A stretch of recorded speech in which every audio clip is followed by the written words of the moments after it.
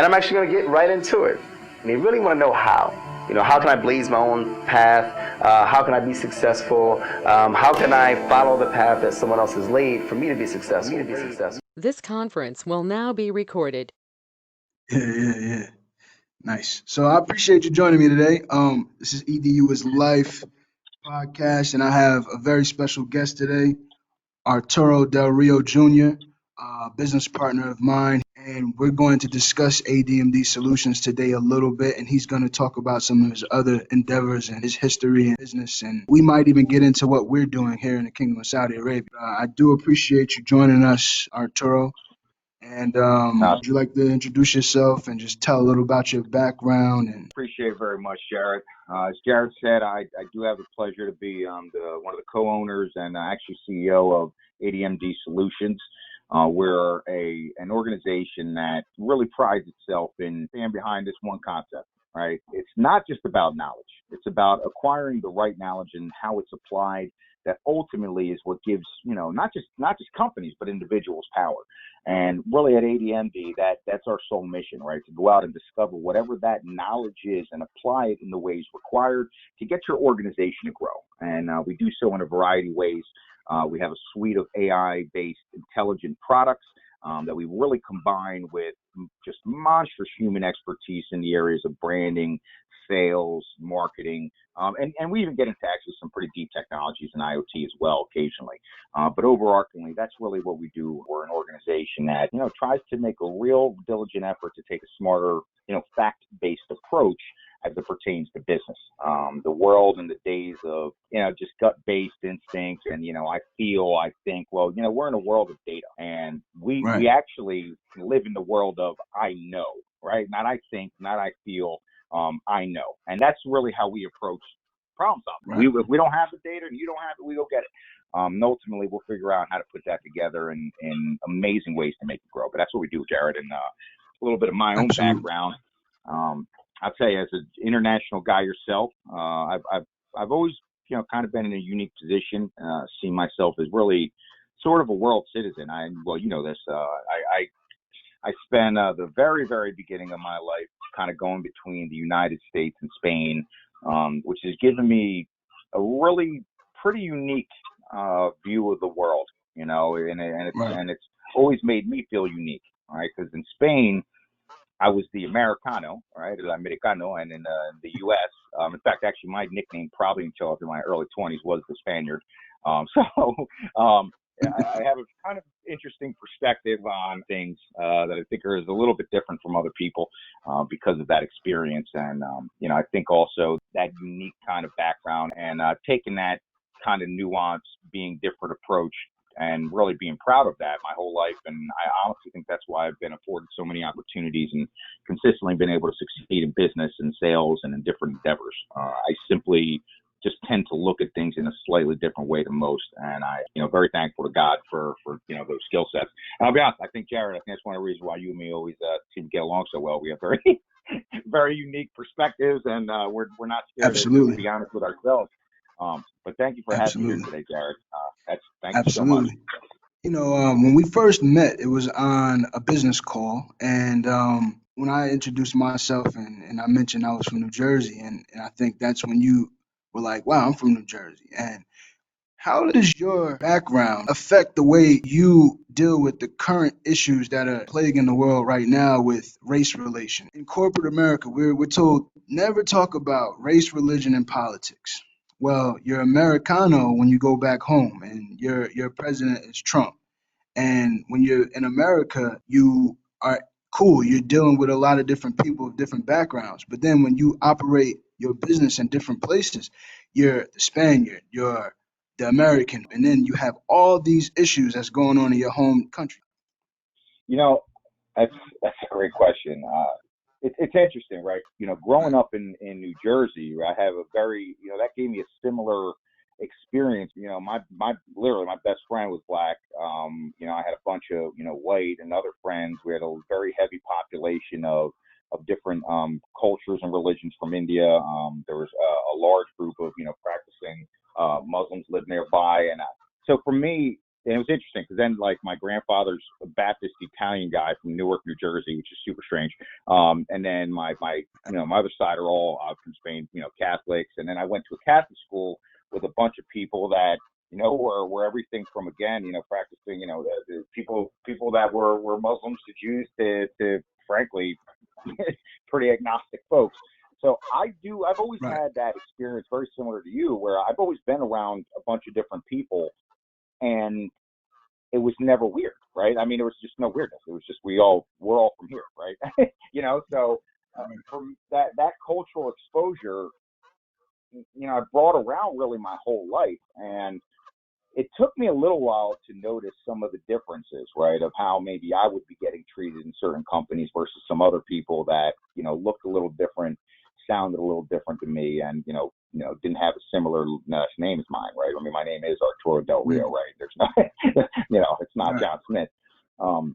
But, it's unique because taking this around the world, it's, and having been able to do business everywhere from Saudi to South Africa and all over Latin America, EU, it's so interesting, the cultural nuance that you learn about. And the one thing I've learned, and I have to say this is one of the most important lessons I've learned about doing business anywhere in the world, and this could be from U.S. state to U.S. state, the only thing I'm certain about is I don't know anything, right? When I Right. one of the reasons, one of the foremost, when we enter Saudi Arabia and we're working with yourself and the spectacular people at Sulmi Company, it's my innate nature to want to learn about people's culture, to want to understand how they think, what's important to them, what they like to eat, how they like to communicate. All of that, I know it's important because I've seen it in so many different places in my life and business. So when I get to these new areas of exploration, Jared, the first thing I do is ask for help. Right? It's my first move, asking for help and trying to align with people who really do have an understanding. The perfect example is, the direct blessing as having you as not only a friend but a partner in business and working together. There's no way I'd be able to succeed in any venture in Saudi without you as a guide, right? You're able to glue together for me that the reality of the day-to-day culture and business there, and relate it back to how you and me as somebody would see it from a few miles away growing up. Right, so that's been critical in my success there. And now, as far as the other items, with the race, religion, politics, it gets exhausting. I'll be candid. No matter where I go or who I'm talking to, if I'm coming in English and I'm dealing abroad, it's, oh, you're President Trump, right? if I'm speaking in Spanish and I'm in Latin America, you have to remember they look at me very differently. In the United States, most people don't understand geography, and they don't realize that I'm a Western European, despite speaking Spanish, right? I'm from Spain. So innately, I'm always sort of lumped into, a different group, which, again, it's unimportant to me. But when I'm speaking to people in Latin America, I kind of am the original quote unquote white man, right? That came down there and stole the gold and stuff like that. So I have a very interesting perspective across the board of how I'm looked at in very different ways, positive and negative, right off the bat by some people. So for me, it's always been my job to figure out how to allow my sincerity and true want, right, to relate to you, because to cut through that stupidity, if that makes sense. And I think that most normal, good people will see that in other good people, independent of race, religion, or other. But, I will tell you, I've personally seen terrible treatment of all kinds of people and organizations. In fact, I've actually gotten myself into some issues for raising my hand, and I'm having conversations with executive leadership about race or other prejudice concerns, right? With the treatment of women in employment, minorities. I in an organization I worked at, and I ended up rising to a pretty high level of leadership. I was at one point actually taken aside by some people and told that, I've gone as far as I'm going to go here. And it was interesting when I kind of dug into the why. It was more about the fact that I didn't fit into the, standard square corporate mold that everybody wanted to be in. And again, the truth is it wasn't said directly, but one of the core implications there, I believe, was also the fact that, there was no leadership in that organization that had any last names like the Del Rio, right, or anything like that. So, this has been a reality for me too, and I recognize that this is something that has to be addressed. I also think, though, one of the biggest problems, and we talk about it all the time, Jared, is that we have all these huge problems in the world, but the truth of the matter is we're not really supposed to talk about them. We're not supposed to address them.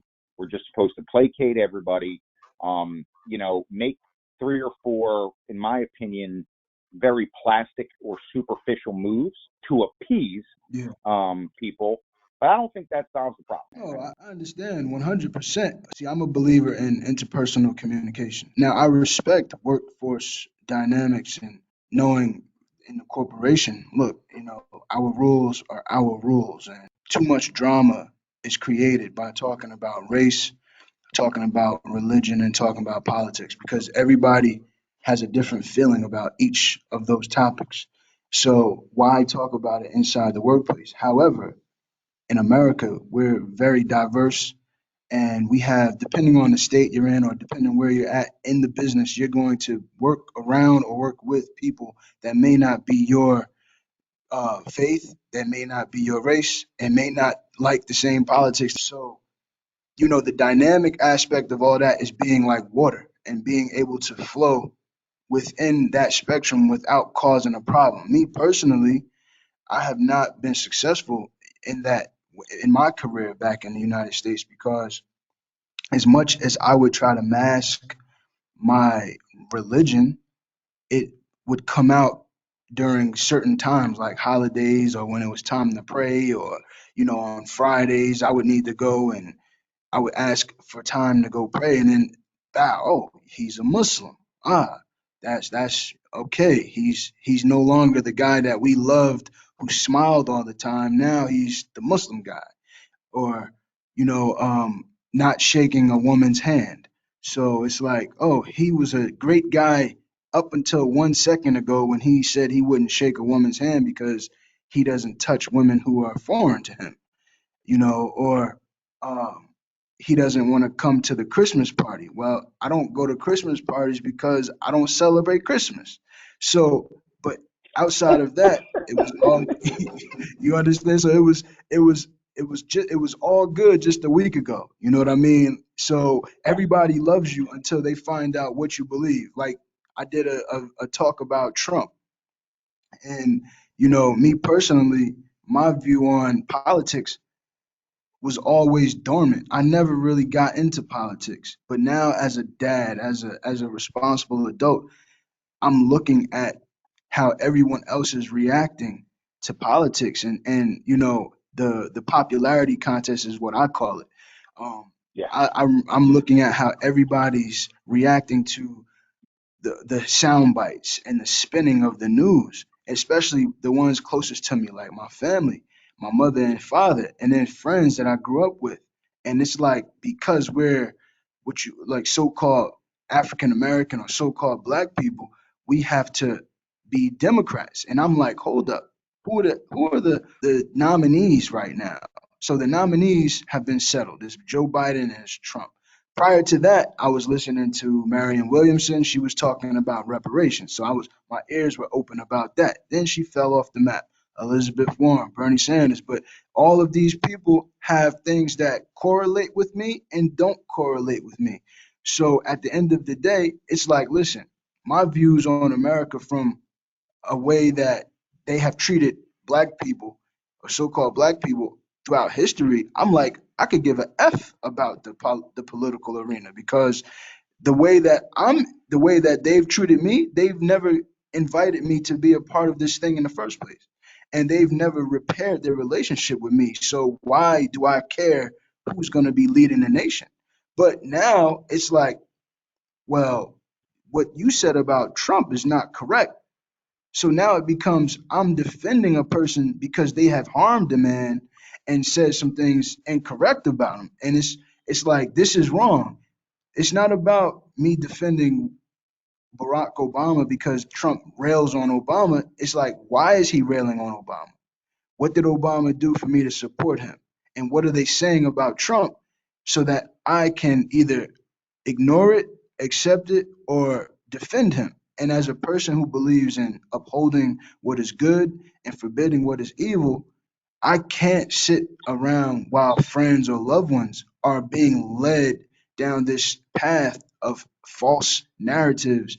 And I'm like, I don't care if you think I support Trump. I'm just standing for good. And now because you have actually bought into all of these spins and these lies, I actually now do support him now. He's now I'm involved in politics. Like you did this. This is your fault. So like had you never bought into all that stuff, I would have been on the sidelines and just like going along with the flow, not really involved. But now you made me go and do research, and it's like everything that they said, they chopped it up. Like I do video, I do my podcast. I can go behind the scenes. I can chop up the like I can edit the audio, I can edit the video, so I can put pieces together. So I know exactly what they're doing on a much greater scale with better equipment and everything. So when you listen to the full sound bite and you're like, hold up, they never played that part. And now it changes the entire thing. So I just want to go from there to how when you got the invitation to come to Saudi, and we had built a relationship through business and just having conference calls. But when it came down to saying, okay, this is happening, you know uh, we're going to Saudi Arabia, I'm going to meet these guys, and I'm actually going to be in this place, this Muslim world, this place of no freedom, this everything that they categorize it by. I would like to know what your feelings were. And you don't have to go deep. You can go Now, from one that thing you topic know to about me whatever. already, the truth is the truth all the time. That's how I feel anyway. So for me, and I told you this, and this is something that I've been evangelizing this story aggressively, and I mean that very seriously because, and it speaks to actually my own background. Having a background of having traveled in different places and been to places that, very sincerely can be very dangerous, and really wrought with potential dangers and things like that. It's a reality when you travel the world. However, for the first time in my life, and I mean this from the bottom of my heart, I sincerely almost did not go.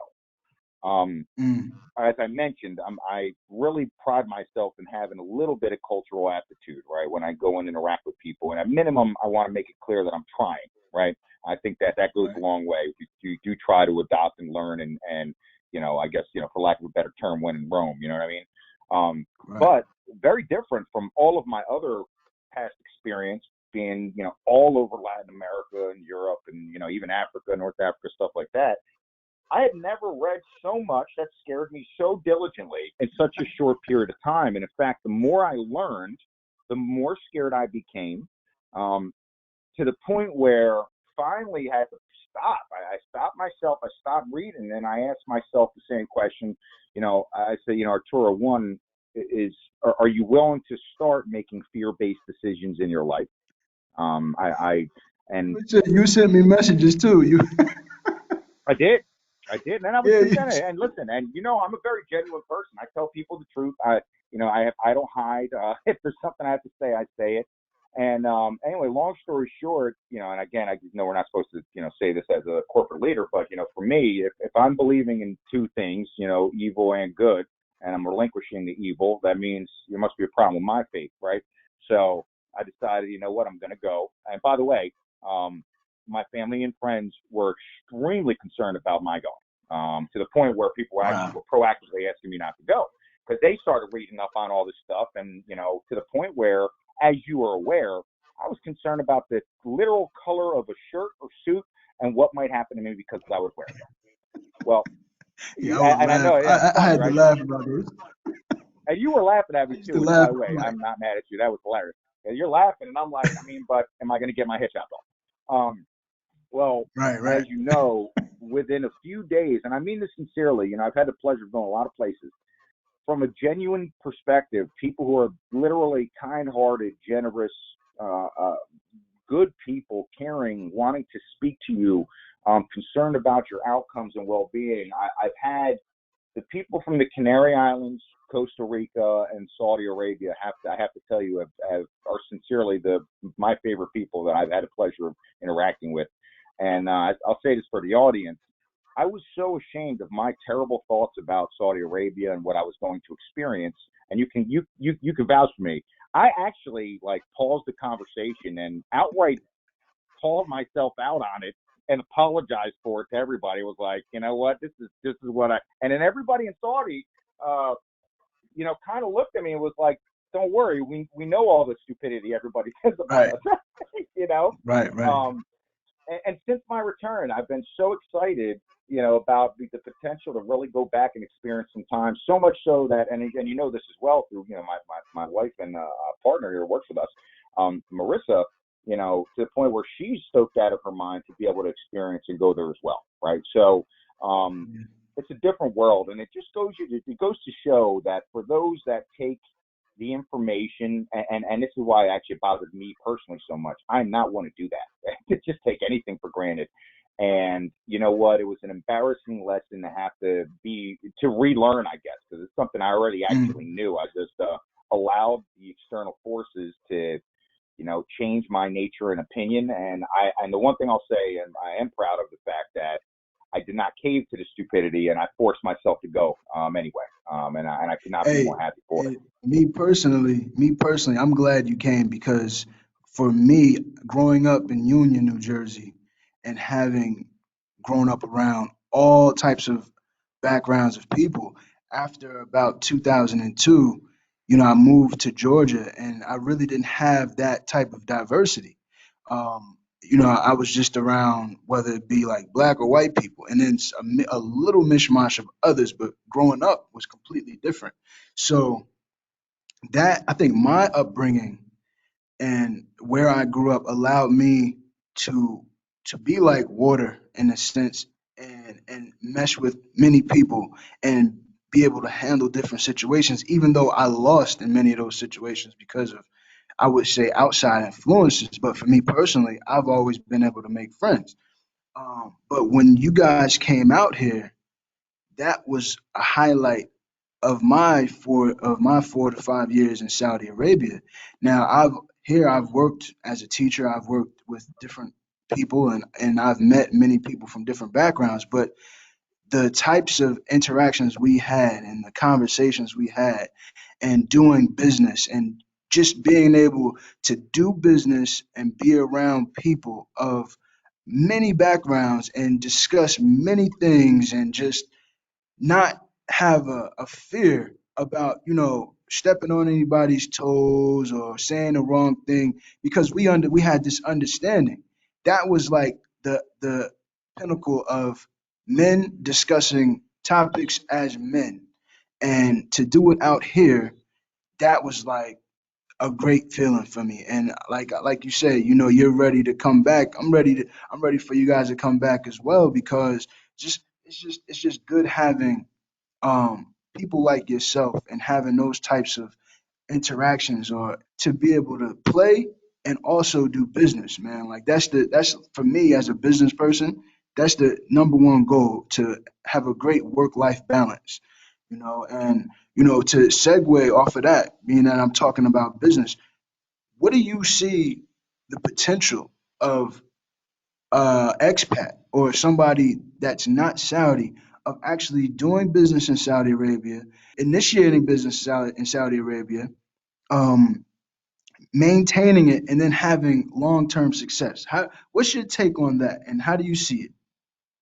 So, well, I'll tell you first and foremost, if that was a highlight for you, one, I'm thankful for that. But moreover, as you could tell, it was certainly a highlight for me.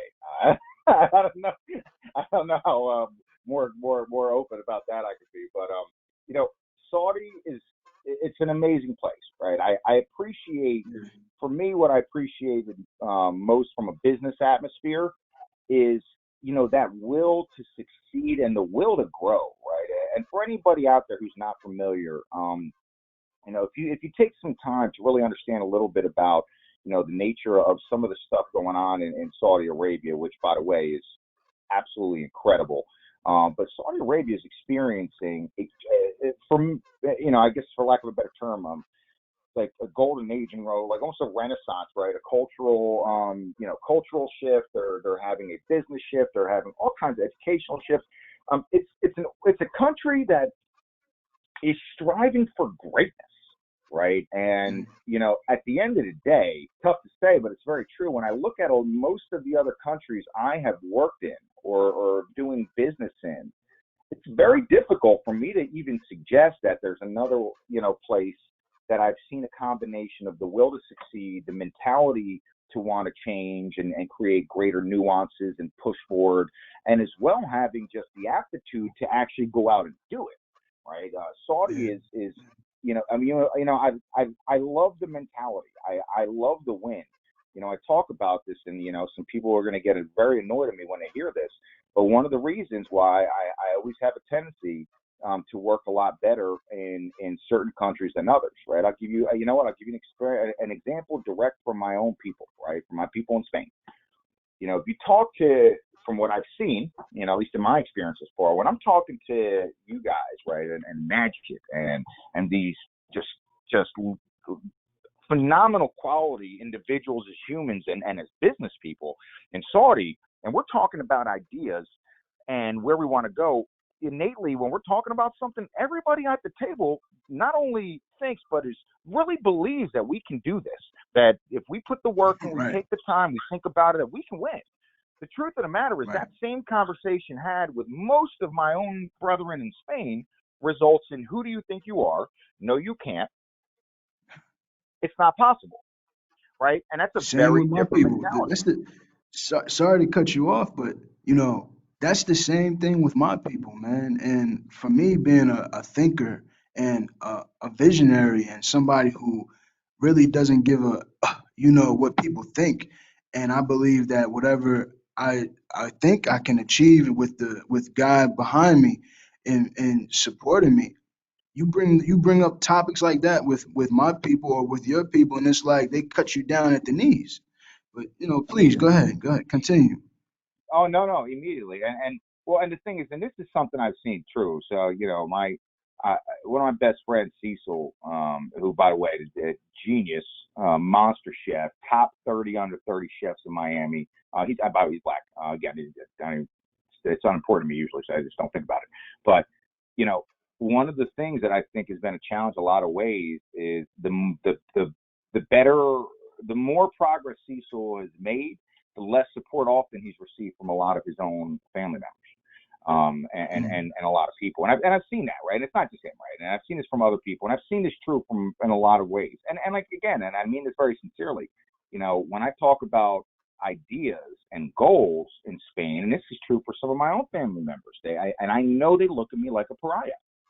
And just, kind of to get back to the point of it was, that's not true. That's not what I learned in Saudi, in my short period of time there. That's not what I learned. And then and I may have been there for a short period of time, but I've done, at this point, I imagine we did a lot though. we did a lot, man. We did a lot. But even that, I spent hundreds of hours of more interaction, and you might be able to fake that for a couple of days, right? And that when people go, they always want to treat you, but you can't fake that forever, right? And there's a uniqueness. Like I've become very, very good buddies with Abdul Adam. By a great story for that one. And yourself and Magic, and seeing the reality versus all the stupidity talked about. It's funny because one of the things that I've talked about so much, and is really a focus in my reality, we're launching in Australia and Asia Pacific. Obviously there's this phenomenal stuff going on with the owner education solutions and the things that you're working on, your cultural aptitude in these podcasts and in the projects we're working with Salumi Company. My hope is that, I am afforded an opportunity to spend some time in Saudi. I would like the opportunity to live there for at least 3 or 4 months to soak up a little bit more of the culture. And candidly, I believe that afforded that little bit more time, you know, my goodness, the possibilities of what we can get done, having that ability to be face to face a little bit longer, in my opinion, are endless. So I don't know what your thoughts are on that, but that's Absolutely. been Well, so that's a great segue because in my 5 years that I've been here, I've soaked up the culture and I've gone into the desert. I've been around the camels. I've gone to the strajas. I've been to the homes of the locals and I've eaten the camel. I've eaten the traditional meals and I have friends who are Saudi. However, as a foreigner, as an expat, as an American, and being American does award you some advantages. But as being all of that and not looking at myself as some black guy here in Saudi Arabia. Now, it never leaves my mind. Don't get me wrong. I understand. Very, very. I've had some instances that haven't been great, and being in the desert with some families, and somebody was said some really crazy things, and I had to put him in his place. But that's the thing, you know. In any instance where, excuse me, in any instance where you meet disrespect, especially on the grounds of race or politics or religion or whatever, the difference with somebody who can handle himself like a man versus somebody who retreats and acts out like a child is knowledge, and having knowledge not only of a topic, but having knowledge of the people. See, you're gonna be tested wherever you go. Whether and it's say that you're in sports or you're in life, you're gonna be tested. Somebody's gonna test you on a football field, or somebody's gonna test you in a classroom, and then somebody's gonna test you when you are a visitor in their home. So I had an instance where this particular Saudi guy had said some really nasty things or whatever, and the first thing I did was laugh because knowing the history of not only Saudi Arabia, but knowing the history from my perspective in regards to religion, I'm like, how can you say these things when you identify with the same type of stuff that I identify with? So at the end of the day, he ended up apologizing, and all of his family members ended up just saying that he's crazy, he does these things. So that's the difference. I believe that we have we have to have the tolerance today. Like there's so much information that's coming out. You have to have tolerance to not only listen to what somebody's saying and not react, but also have an open mind because you might come across some information that is more uh, valid than what you already know. You understand? So back to what you were saying. Now, in the whole aspect of like doing business in Saudi and tomorrow and how things are going to shape up as Americans and knowing how our country has gone through many eras from the industrial era and then the technology era and now we're about to enter into the digital era where well we're in the digital era but the paperless money era, like it's upon us. Saudi Arabia is a developing nation, right? And it has many many advantages, or it has a lot of potential. I'll put it like that. What I've been able to do in the 5 years is learn, and I feel that I should have been more successful in this time. But now looking back, I'm like, no, I'm in the right position to really strike at the moment. So how what's your take? Because I believe in business you've had more success than me. So right now, understanding where Saudi is and where they're trying to go as a developing nation and having the background of knowledge of business that you have, what do you see as a way that we would be able to invigorate the people if we were given the reins to do so, or if we just came in with the investment, so on and so forth in that range, whether it's a business owner, a business partner, or an advisor. Where do you see? someone like ourselves or other people like us actually coming in and benefiting Saudi, but also benefiting for ourselves, because we never want to lose sight of our own benefit. Of course. So, it's such a good question, dude. For me, one of the first things that I've learned just generally, and I've been very fortunate, to say I've been more successful in business. I'll be candid. Knowing your background, I think I've had the good fortune of, and I hope this doesn't sound terrible. I just really believe I've had the fortune of getting luckier with the people that have been working with me. I honestly believe that. I think I've been much more fortunate to have the right team members to help. Whereas I think in a lot of ways, you've been a little bit unfortunate to have to, really go it alone in a lot of ways. I mean, man, you want to talk about impressive. You packed it in and we're like, screw this, I'm making it happen, and went to Saudi Arabia. So, I would take that with a grain of salt too, my friend, because you're going to be successful with that mentality, and that's one thing I've always realized. No replacement for that. But where you and me, I think, and people like us, right, can do well in Saudi is, well, it's two things, right? It's not coming there with the standard, egregious ego that the Westerner comes with everywhere. I'm going to be, blunt. This is why I consistently, knock out companies that, have been established for, well, some of these for over a century sometimes, right? And I win. Why? Because I always know that I don't know everything, and I'm willing to learn and adapt to the culture, adapt to the nuance, engage the right local partner, and allow them to be a guide, right?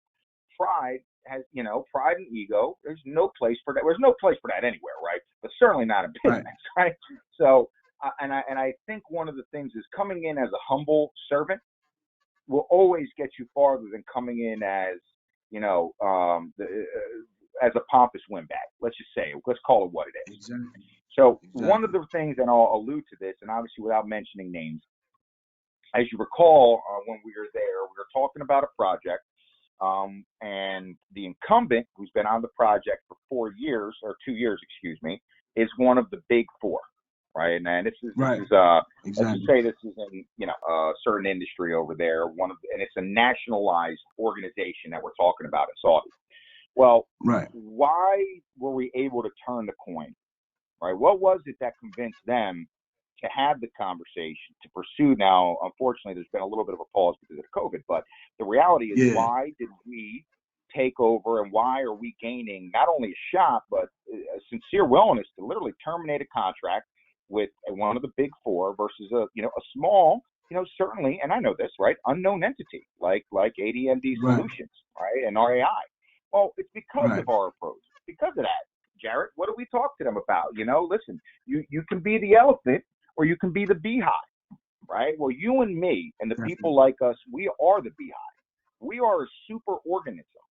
We can put together a bunch of small people like us who actually care, who actually have specialized skills, and actually solve problems, right? With our brains, using our brains, instead of taking some cookie cutter canned approach. And because that's what the elephant has to do, man. It has to eat so much to survive. There's so much overhead.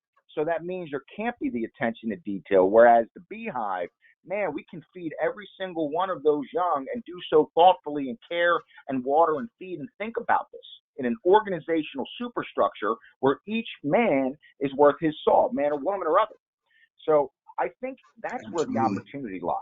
And I'll tell you this, and this is actually the question back for you.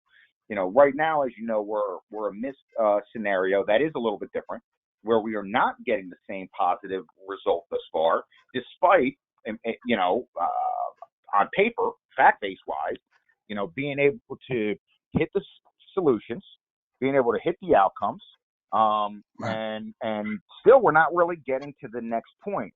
Right. And I don't know if you want to talk about that scenario a little bit more and just kind of set the stage, but that's something I think we should talk about, because that's very important, a lesson that I'm in the middle of my thing.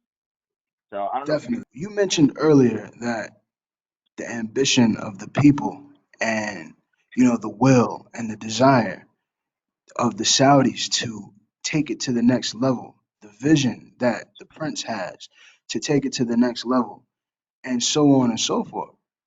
There's still an element of the society, whether it's in business or within, the structure of how things work, that creates the red tape. The red tape was something that Prince Mohammed bin Salman wanted to get rid of. And when I arrived here in 2014, 2015, that's when the vision was actually launched, this current vision. And part of that vision was to get rid of the red tape. For the past 5 years, when you see the milestones being achieved, for me as an expat and someone who's in tune with the business and watching what they're doing, because it's part of my business, it's something that's encouraging to me. So then when you look back as the business and, involved with small businesses and entrepreneurs and educating people and training people, and you sit back and say, well, you hear the feedback from them, from the Saudis, from the local people, and they're complaining, and it makes you wonder, well, from my side of the table, everything is good. What's the actual problem? So why aren't things being done like in our specific situation, or why aren't things being done on a bigger scale? Because there are still those elements that are holding the greater purpose back, and that's my opinion. And people like us, whether it's ADMD or Sunni or Al Jisr Education Ally, what we do, or there's going to be a roadblock along the way unless people are able to see the bigger picture and buy in. And what we bring to the table from knowledge and experience and desire. See, we have the desire to actually want to see them succeed and not just want to take their money.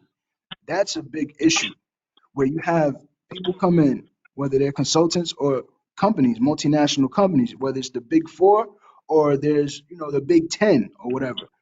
They're still disassociated or detached from the bigger goal, and that's building up the individual Saudi. They want to get the check and go the hell back home because it's hot, and because before 2 years ago or a year ago, women couldn't drive. But if you're able to focus and look at the bigger picture, and that's your eventual success, your long-term success, then you're going to work hard. You're going to help them win because helping them win helps you win. And that's the problem. Some Saudis, I guess they feel that everybody just wants to take their money and they don't really see the sincerity. And then you have some that are actually in place, and they're not all Saudi. Sometimes it's a non-Saudi that's in the way, and they're in the way because they don't want to see others succeed where they're not a part of that success and they didn't sign off on it. And that's an ego thing that really has to be addressed. And you have to, with whoever it is, male, female, doesn't matter your race, your religion, or your background, you have to get over that and you have to be mature and you have to like wise up and say, the team success is the best success. I believe I'm going to end on this one. There's a saying, you want to go fast, go alone. But if you want to go far, go together. And that's the thing that I've adopted. I've gotten to an age where I believe I've matured a little bit. I've gotten more patient and more tolerant, and I see the bigger picture where, yes, I can do things by myself, but if I want them to last and I want them to be a bigger success, then I need to do it as a group or be a part of something bigger than myself. So, that's my take on that, brother. I tell you, I love that. I love that, man. No, I could not agree more. I think at the end of the day, where people have missed the boat here is exactly what you're talking about. I think that but there's always that element of somebody holding it back, right? I think there's an element here internationally in the U.S. I don't think it matters. The question is Right. how to navigate it. And that's really the learning opportunity, I think, here. When you do come up against these obstacles, in a new place, in a new country, in a new world, how do you address that, right? And, again, I don't think there's one answer. I don't think there's ever going to be one. But, ultimately, it's going to come down to the will of those individuals to succeed, and then it's going to come down to the will of, people around to try to push it to point B. Ultimately, I think without that, it doesn't matter. We're not going to get anywhere. And I'm hoping, like I said, with this particular project, I think like with all projects, sometimes there could be someone here that really is just putting a wrench in the works, right? And that may be the instance in our scenario here, but I'm hoping that we can figure out a way to learn through the opportunity. Because, one of the advices, and just to, not to bring out anything individually, but one of the things that Jared was kind enough to do for me when we were talking about all of this and going through this process, he's really been able to guide me locally. And then with people who are not just, and then, Jared has some pretty deep experience there. He's been there. He's been over 5 years. We're over 5 years at this point. But then also we got, people talking to people who live there. So that's a long time, right? But, it's interesting because the approach that I would take somewhere else may not be the one that works there. So, I think this is just a learning opportunity. I guess I will say, for anybody out there who has not considered or gone to Saudi or, thought of that as a potential place to check out, man, very truly, do yourself a favor. Stop reading the media, get off Google and go experience the world. I feel like just like that with all the other problems going on in the world right now, if you actually go outside and talk to people, you pretty quickly realize that 99% of the stuff that's happening, it kind of goes back to what you were talking about, those real interesting ways to edit a video. Exactly. But it's very true. So tell me about the ADMD, the launch and what you're doing and how people can get involved. Perfect. No, so what I'm doing, again, we just launched a company, and I'll tell you what, for anybody out there, we heard you. People want easy, but they want a result, right? And we found an incredible way to actually create, tangible products, right, that you can look, see, try, right, utilizing AI to grow. And, the real opportunity, we're looking for, hey, you talked about it here. If you want to go far, you go with a team. So we're looking for a team, right? We're looking to build a team of individuals out there, especially now, right, where, a lot of people have affected. They've lost their jobs from COVID, or they've been downsized. This is a very unique opportunity to represent literally some of the most advanced AI-based intelligent tech on the planet, right? Stuff that is game-changing, and we can't wait to pay for it. So, the opportunity is there. We really focus in 4 areas, Jared. AI for branding. What is that, right? Well, it's simple. We actually, wait for it, we actually test stuff, think about what we do market research, sentiment analysis, right? We measure 3 times before we cut once. That's actually the value we bring as an organization. And we're able to do all kinds of amazing things, right? Monitor the internet, check out and see what's going on in social media, do deep market and product service analysis, see what's working and not for competition, understand spending habits. I mean, all the way down to literally the sentiment surrounding your brand or your message, right? Down to the color scheme. So we're able to very intelligently create solutions. And of course, not just branding, we're able to, from the bottom up, create intelligent click funnels to help you grow your, selling makeup online business, right? All the way through complex cloud services. We're able to literally identify, the fake impressions, the robots. We're able to show you the people, that 3 to 7% of people buying in your market, and we can do so in live time. It's actually Hold on. Excuse me. So I have a question, man, because I pay for Google Ads and I pay for Instagram marketing and promotion. So you mean to tell me some of those people that I get likes from aren't real people? That is correct. And unfortunately, it's actually upwards of 25 to 35% on average, period. And well, think about this, Garrett. Do you think Facebook or Google have any concern or inclination to worry about that paid traffic of yours? Why? They're getting paid either way. And furthermore, But I'm paying them there, but I'm paying my money. Don't they know the demographics of the people that I'm paying for, and they're bringing me those people? Those are the people that's clicking on my videos, right? that's correct. I mean, that demographic is out there. The problem is that demographic is likely a robot, 25 to 35% of it. And unfortunately, well, think about this, Jared. This is also a capacity problem, Jared. If you're Google, how many people are paying for that ad today? Right? Too many. I guess a lot of people, right? That's right. And do you think they want to put the time, effort, and energy into trying to define which one of those little people out there in the ether on the interwebs are actually real and fake? You know how much time, money, and effort would have to go into cleaning that up Yeah. for you?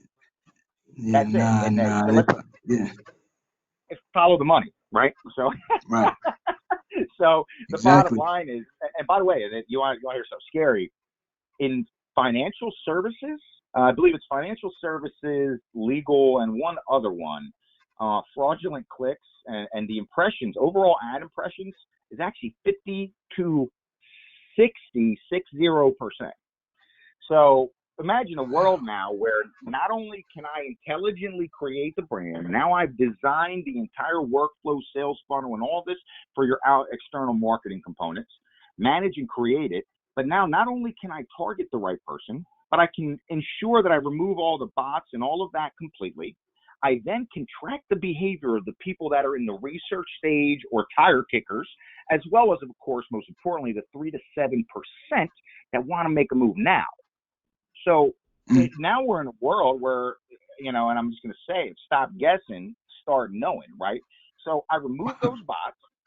Now I take these tire kickers, throw them into Salesmaster AI, the researchers, I throw them into Salesmaster AI. We'll talk about that, what the prevalence of that is in a moment. And then what we do is we've analyzed and tracked the behavior. So guess what? Now I know who's the buyer. Once I know who the buyer is, easy. Now I'm competing with myself month over month. The AI removes all the bots and everything else from your paid traffic.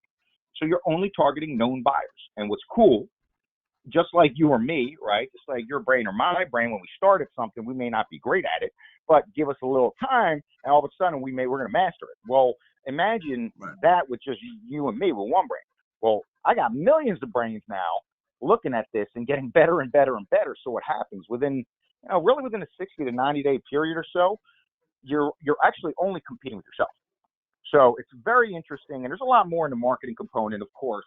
And again, remember, we're talking about technology. Let's not forget about the human element, because listen, there's a million different solutions out there that do pieces of this, right? You have to cobble together a lot of them to get all the results we have. But what ends up happening, it's not just that, because now we have the machine learning things. But who is going to create the design? Who's going to create that campaign that plays on your heartstrings, that has you so darn emotional, you got to pick up the phone right now and make that move, right? So there's the human element to it. And that this is something I never want to lose sight of at ADMD. The tech is great, right? The technology is great. But remember what I said in the beginning. It's not knowledge that creates power. It is the application of the knowledge that creates and gives you power ultimately, right? And actually goes back, you know what I mean? That's a quote right there, Arturo. It's not the knowledge that makes power, it's the application of the knowledge that makes power. Now, that's something to write down and make a quote for, brother, because that right there is major. Because everybody talks about knowledge is power. They talk about the powers in numbers. But what if all those numbers of the people you have are those bots, and you're paying for 1 million likes, and all those are bots, and you don't sell a damn thing, and then you have all of this knowledge, but you never apply it? What power do you have? You're just a know-it-all. So the application, wow, that's crazy. I have one question. Yes, sir. You're saying that if I'm paying for the ads, that I might be getting bots. What's to say that what you're doing isn't bots? Well, It's actually provable. It's actually Okay. that simple. We actually are able to track and understand, and it can be shown. Now, obviously, some of that is part of the secret sauce intellectual property for you, obviously, as a partner. We can't wait to show you the stuff. But it's actually this simple. The proof is in the pudding, right? We Okay. do this with people. In fact, actually, before this, I got off a call with a guy, and that's what they would say. What's the difference between you guys and every other marketer? They all say, well, first and foremost, the fact of the matter remains that we're not a marketer. We're not really a tech agency. We are something different and new. All right, this really has not existed. We're an organization that grows people through a combination of all kinds of intelligence. But just to kind of speak to that specific point, Jared, where you run your test next to mine, and we'll see who wins, right? And Okay. that's ultimately the deal with us, right? I don't want to talk about it. We can go through the technology. I can explain what deep learning is and machine learning and neural networks and blah, blah, blah, blah, blah. You know what? Run your campaign next to mine. Do it for 90 days. I'll actually drop your costs and make you money.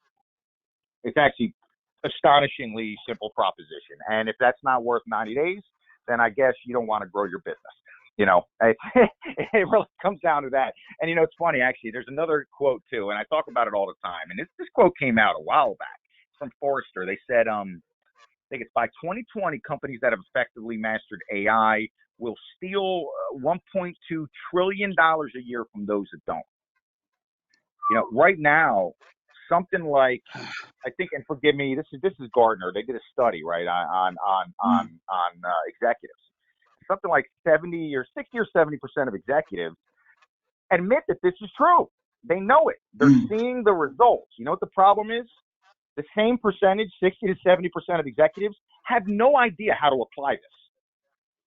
And Wow. do you see how this fits right back into what I was saying? It's again, they know they're missing something, but Right. they don't know how to apply it. So they're missing the knowledge and they're missing how to apply it. That's what we Right. do. I'll get you that knowledge and I'll teach you how to apply it. And through So all kinds of methodologies. question, because you have a lot of, America is the home of entrepreneurs, and a lot of people are home right now, and they're getting this stimulus money, they're getting this unemployment money. I just seen something that said for the 17 weeks that people have been receiving unemployment, they have gotten an accrued amount, or they've gotten a total amount of somewhere around $17,000 with. So let's say that's accurate. Okay. And I understand that everyone hasn't gotten the money. I understand everybody that's unemployed hasn't received that money. But for those who have, let's say this is the time, and they're like, this is the perfect time for me to do what I want to do. Like myself, I got involved and I really started doing my podcasting and vlogging and all of this during the COVID epidemic. It really allowed me to free up time and focus on myself and just do things that I've always wanted to do. And I've never felt better than right now. Now, for those who want to tackle this tech business, this AI, the IoT, Internet of Things, and the future of technology, and all of this that's happening, is it too expensive? How can they get involved? Because if you're somebody who's got ideas and you've got a business, but you don't know how to get it in front of the right audience, and then you're thinking of investing in yourself and you can't get a loan. Like, say, my community. My community has a very hard time getting money from banks or having money themselves. I've seen studies come Even out private that investors, says, tend to steer away. I've seen that personally. right. But I've seen now all of the people in my community aren't poor. We do have money, but I've seen on average, these numbers have been broken down that the average person in my community, the family has about $1,700 saved. That's the average.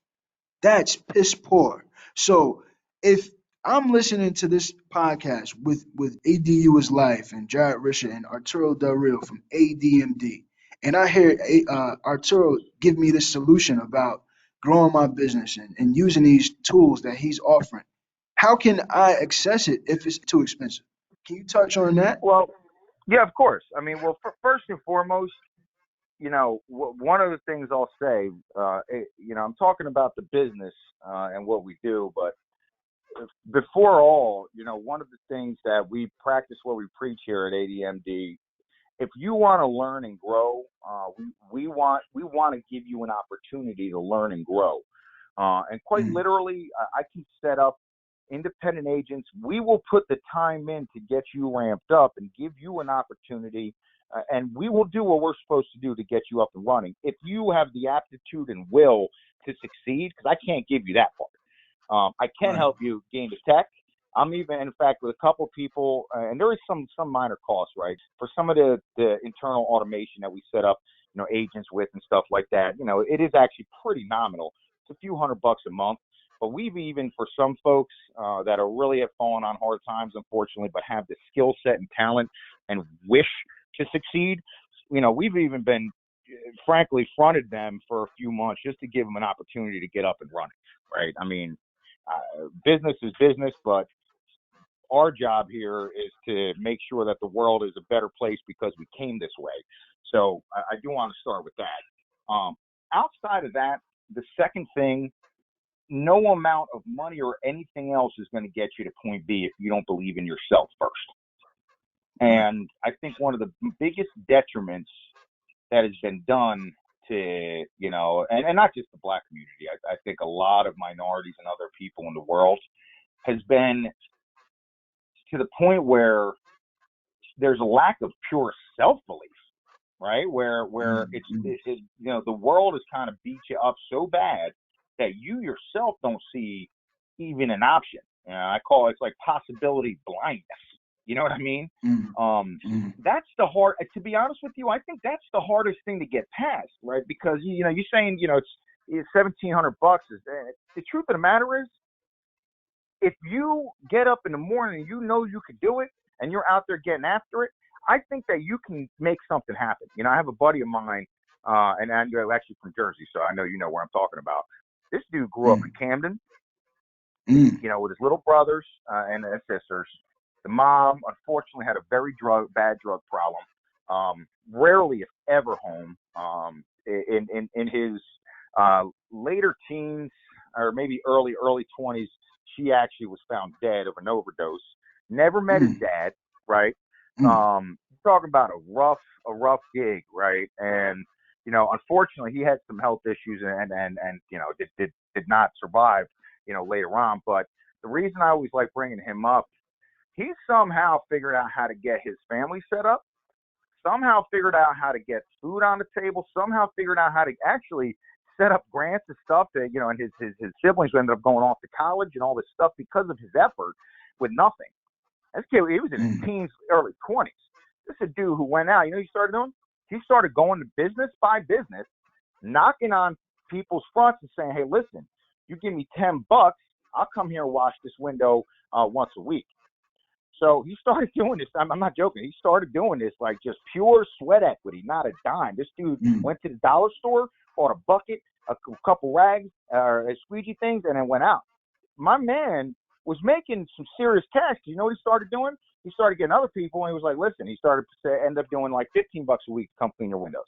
Then he got people, he started paying these kids $5 to do it, and he was taking 10 off the top, right? You want to talk about a good hustle.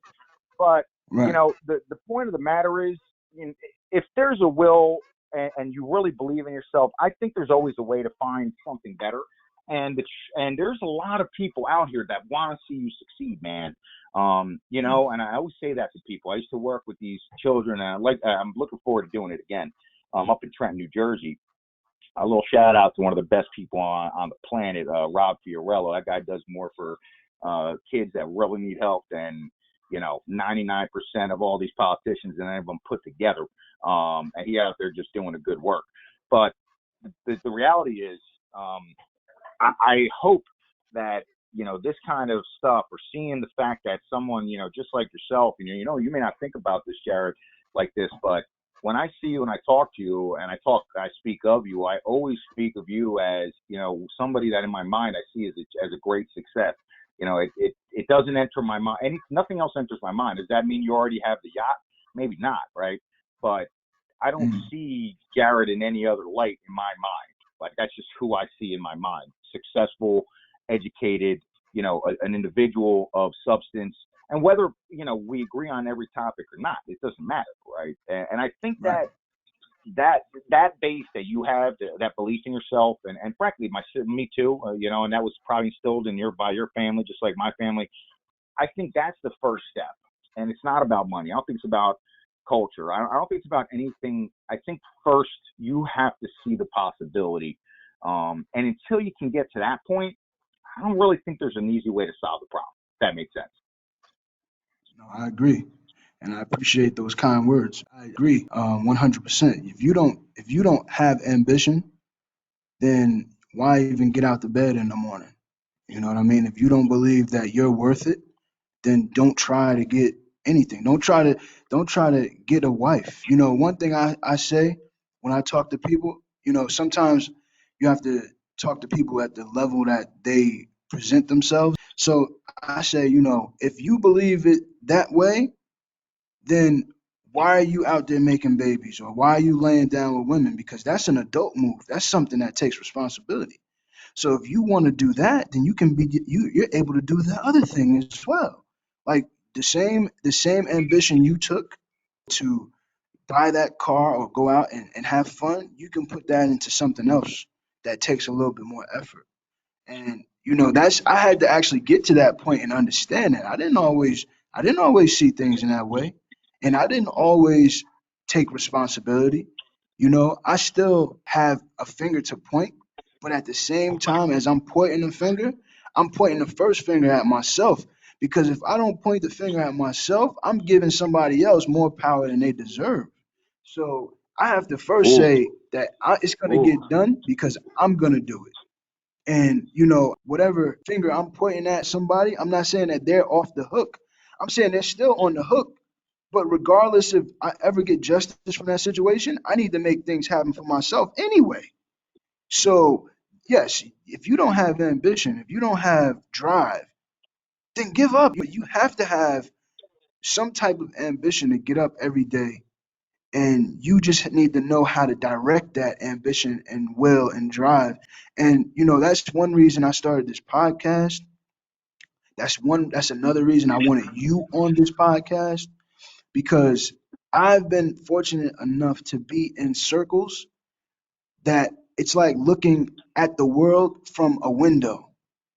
And because I was able to be in those circles and hear different conversations and be educated, or given wisdom from many different people, I'm able to understand what certain people that I'm connected to don't have the fortunate who aren't fortunate enough to have those situations. So I want to put others in that position, but I'm not gonna do it at the detriment of myself. That's what I'm not gonna do. You understand? So I'm glad that you introduced your business and you talk about these things, because right now we're in this information age, and entrepreneurship is heavy, like number one.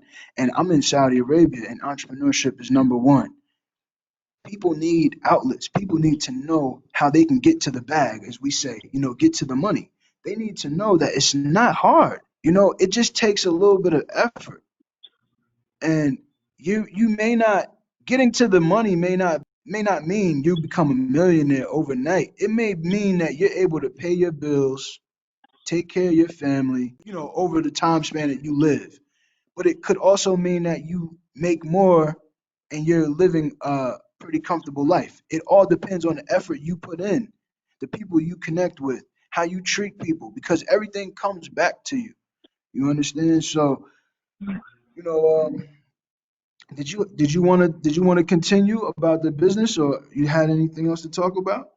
No, I got to say that statement was so powerful, and I think that you said something in there that if 99% of people understood that one thing you said, I think the world would be very different, and I think the success rate would be very different. You said, yeah, I may still have a finger to point, and it doesn't let you off the hook, but the first finger is pointing at me. In other words, no, independent of the external forces against you, it's still your accountability and your obligation to succeed. And at least if that's what I understood. I think that's hard for people to come to terms with. I think it's very hard because, and I'll tell you, you know what? I'll give you a story just because sometimes it's a little easier to stories. I had a really good friend I grew up with, and you know, he played soccer. You know, he got a little injury. He was pro. He was actually pro in Spain, and he got an injury. Couldn't continue. And interestingly enough, his brother, right, is also a professional soccer player.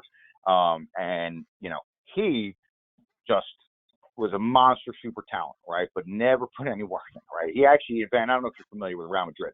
He actually got at one point called by Real Madrid and dropped because of his just attitude and lack of willingness to work, right? You can't go to, you ain't going to, it's like, you know, trying to play for, you know, the Philadelphia Eagles and not wanting to hit the gym, right? You know what I mean? Right. And, you know, the other brother who was far less talented, but was much of a workhorse, he ended up going for a lot longer. But anyway, long story short, one of them has gone on to continue to be successful, right? The one who always was willing to put in more work, right? The one who was always willing to do more in athletics, you know, despite being less talented, he, you know, he ended up playing soccer for something like 3 more years than his other brother, who was double as talented by all accounts. And then despite having an injury and unfortunately not being able to continue down that path, he ultimately left that, changed careers, and in a country like Spain where the reality, there is not opportunity, okay, unless you're working for some government entity because they've you know, socialism has absolutely taken over and ruined their economy and such. Yet he figured out a way to continue to be successful and make incredibly good money compared to 99% of people in that particular city in Spain. And the reason for his story is that he didn't care about getting injured. He didn't care about being less talented. He didn't care. He's never allowed anything going on outside to stop him from doing what he does. You know what I mean? And I think there's something respectable about that mentality that, you know, you're not going to outwork me. You're not going to be more successful than me. You know, and all of those items, what does it come down to? Personal accountability, you know. And I've known some guys. Listen, I went to Holy Cross High School in Delran, New Jersey. I went to school with a gentleman who actually went to the NFL. I went with a gentleman. He was an All-American. He went to the NFL. But, you know, and, you know, maybe people would not like saying this, but the truth is the guy was a bum. Dude was a bum. He relied on natural athletic prowess. And long story short, that career was cut very short because he didn't put in the work, and, you know, ended up getting redshirted and then, you know, kicked off the team. But the point here is you can't depend on the world, what the world gives you sometimes. You know, you have to be able to give it back, take ownership of your life, and do it anyway. You know, I'm so inspired by the people around me. So I have thousands of stories like this of friends of mine that I grew up with. A friend of mine, Letitia, this woman is a beast. The poor woman has health issues. You know, she's a single mom. She's living down near Camden. But guess what? She just graduated. She just got another degree. She keeps moving up in the world. She just doesn't care. Doesn't matter what's going on. She doesn't care. She's going to succeed because that's the person she is, and she has accountability. So I don't know. Jared, I got to tell you, that was such a powerful statement. I hope people out there are listening because that, man, yeah, you just knocked that one home for me. I'll be honest, I don't got much else to talk about after that. I think that killed it for me. That's cool, man. You know, like I said, man, I appreciate you joining the podcast, and I hope we have more conversations. Hopefully, we get Marissa on here, you know, in the future. I I like what you're doing. Like I said, I appreciate our relationship. I appreciate our friendship. I'm fortunate that we made association with each other, and you know everything, man. I really do value the time that you came out here and we were able to spend because, like I said, I was at that time.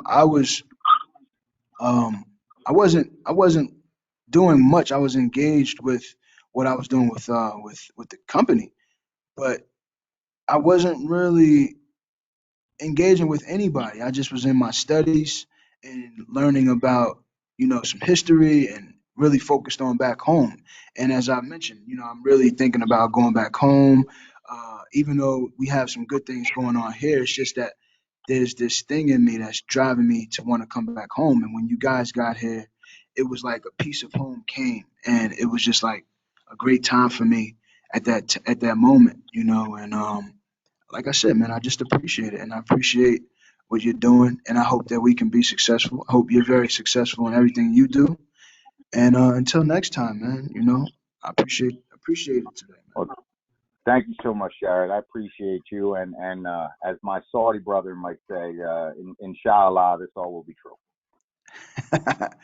Definitely. Gotta get you some more of that camel. We do, man. I was talking about that literally on Saturday, man. I'm like, dude, you don't even know. I missed this camel stuff, and you should have seen the looks at this party, because I really did. Something hit me. I got that little whip or something. I was like, oh man, I've been thinking about that since. Oh my goodness. Well, Jared, I appreciate it. By the way, anybody out there who had camel, don't even make that face. Go try that camel. Stop it. Right. Oh, well, I appreciate it, Jared. Well, listen, you have a great day, my friend. Thanks again. And listen, if you didn't know already, check out my man, Jared. You want some real world knowledge. You want to hear the truth as it's seen. You want something unfettered, real opinions. This is the guy. This is the guy. They don't know about them sleepless nights. Them looking for a reason nice. They say it's 6 degrees in life. Opportunity, preparation, they meet us nice. Can't but help to think how fake it is. This world and this music biz. I just want all of this paper though. So maybe I can try and change the shit. Maybe me, I'm too ambitious. Or maybe this a new dimension. Maybe them, they too religious. Maybe they judge my intentions. But either way, I'm on my mission. In the sky, for our love, I'm a tired river. Don't get it till you see it right. And jump off in this legal life. Feel the pressure from your people, right? But still choose to lead them right. Sometimes I rap about my feature price. Or all of my defeats in life. They told me don't believe the hype. But I felt like this about myself before the mic. And, if you look at like the movie industry, you don't base the success off how many tickets sold. You like, what's the growth? How much gross? Period. Right? When it comes to business, the bottom line is, we in business to make money. How much gross? And so it's like, I feel like it's a looming question mark over Hollywood, over the entertainment music industry. What's the new business model? And to me, the people that lead to that answer, and then they intelligence, they hustle, they effort, they mind power, they, whatever they can offer to that question, and to fixing that and coming up with an answer to that, I feel like that's one of the most important things going on. Like in the 60s, they were trying to get to space. It was the race space. They were trying to go to, the moon. And then it was like, they had industrial revolutions. And right now, I think it's the business model creators of this new era that's going to be able to be the titans of business moving forward. People that create new business models, as well as products that, are sold and consumed, and services that are consumed via these models. But I feel like the giants are going to be the ones who create the business models. That's what we're trying to do with this Proud to Pay. Fuck the middleman. And, this disruptive multimedia collab that I'm doing with Ryan Lester.